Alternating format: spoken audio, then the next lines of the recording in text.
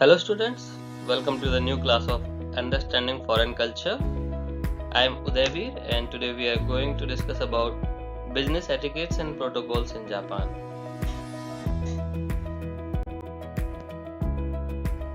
At the end of this lesson, students should be able to explain business etiquette and protocol in Japan. Let us start with the relationships and communications in business. Japanese prefer to do business on the basis of personal relationships. Being recommended by someone with good relationship with the company is very helpful.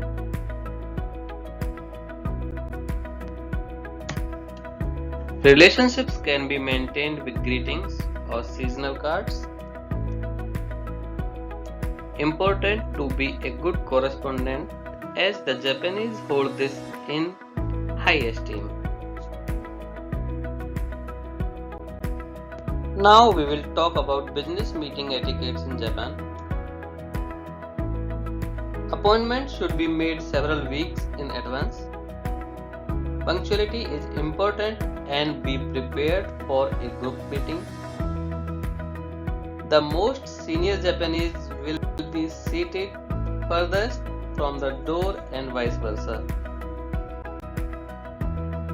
In business meetings, initial getting to know you is crucial to laying the foundation for a successful relationship. They may award you a small business deal as a trial to your capability. Responding quickly and diligently will build trust. Some important points: never refuse a request whenever you are attending a business meeting with Japanese. Always give a small gift and present it to the most senior person after the meeting.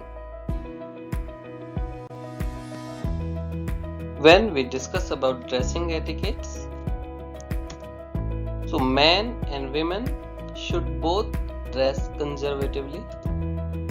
Men's suit should be dark colored.